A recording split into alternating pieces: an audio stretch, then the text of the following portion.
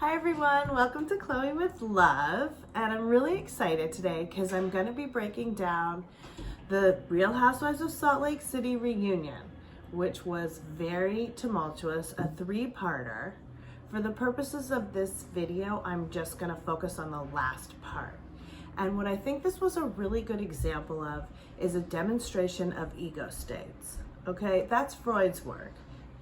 Freud postulated that everyone has three ego states. The id, a seething cauldron of libidinal urges, right?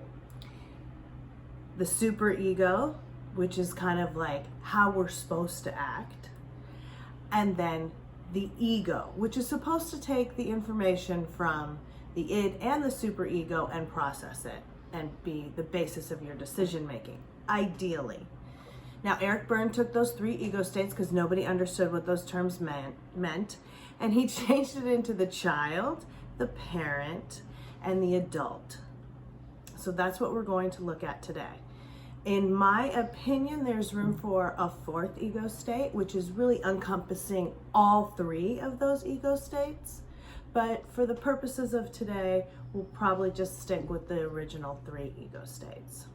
So we start off the reunion, and first we hear Coach Shaw, being that voice of wisdom that we always know he is, telling us how he wants to move forward, what his attitude has been about his wife's behavior and about everyone's behavior. And again, Coach Shaw is just that guy that you want to hear talking to you when you go to bed at night.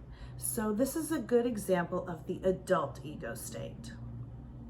It hurts you, but I told my wife when she decided to do this, I said, I am not here to engage in any fight that you have with any woman. You are going to have to come from a very real place to seek a level of forgiveness and even personal cleansing so you can put some things behind you and maybe people will reciprocate. Then we have Andy, and Andy's usually trying to come from the adult, a little bit coming from the parent. And he asks Meredith how the show affected their marriage. And actually, really surprisingly, Meredith says the show saved their marriage.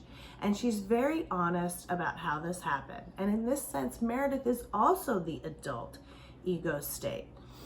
Everyone's on good behavior right at the beginning of the reunion. What would you say the effect of going through this was, and what do you think would have happened if you went through it without the show? The show really did help save our marriage. Really? Why? With the show, you have to address things. You can't just sweep things under the rug and keep moving forward, which definitely, on my side, was a big part of the problem. The level of accountability. Then we move on to the conflict between Heather and Lisa. And this is interesting because, Lisa has been really cold. She's been the mean girl of the show. And Heather calls her out on it and makes a point about it, which is completely valid. And I'm characterizing this ego state as the parent ego state because Heather is telling Lisa how she should be acting. Other than No, it's a word. I didn't dismiss it. I don't have those kind of conversations with you. Minutes ago, say divorce is no big deal. Move on. We have the highest divorce. Everyone's divorced. And I see your emotion. I'm like, why can't you tap into that same emotion when I'm hurting, when I'm struggling, and get that? I'm not trying to be a victim. I'm just trying to be honest about. Divorce is devastating to some people. It's okay to say that and say, guess what? It's hard. It's hard, and you don't just get over it and find someone new and move on. It's hard, and it would be hard for her. And then we move on to Jen Shah. Now, Jen Shah has been all over the map this season, and that, of course, makes for good TV, but it's hard to know where Jen is ever coming from because she's super inconsistent. So initially we see the adult ego state from Jen. She's apologizing, she's repentant, she's giving us the blue sky of how she would act in the future. And that's very endearing, of course. What's your logic in that? No, I didn't do it from a place where I was trying to hurt her. Out of respect for Meredith and Seth, I'm not even going to go there because it's a moot point.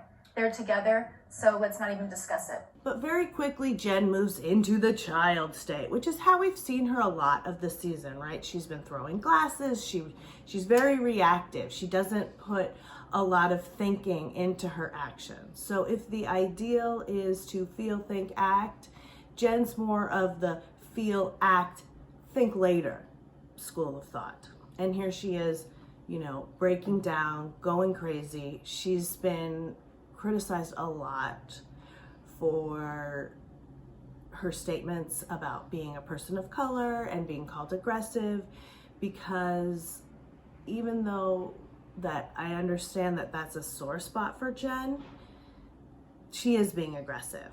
And so it's a valid complaint, and doesn't really ring true that she's sort of trying to tie the girls into some kind of racist ideology. You know, to be told to do that, I was devastated. To be told you're a piece of for 4.5 hours when you're hurting me, I'm aggressive before things happen. That has nothing to do You're with aggressive. You're aggressive right now. This is aggressive. Nothing to do with it. Telling a woman of color she's aggressive and using these terms, it is very dangerous. You don't know because you're not in those shoes. And then finally, just Jen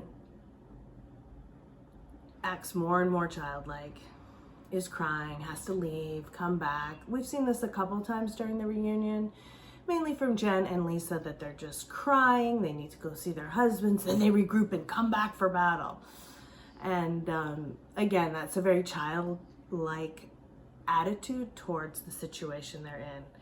And then finally, of course, Andy, always wanting to hear how people learned, always wanting to see people go through a process, ties everything up as the adult in the room, making a toast, and with the best wishes for the next season. So we'll see what happens. Until next time, like and subscribe. Hit me up for more information if you want to know more about this work, or you want an appointment, or to understand the ego states in greater detail. You can also buy my book, available on Amazon.com, How to Live, Find Love, and Keep It. Bye, everybody.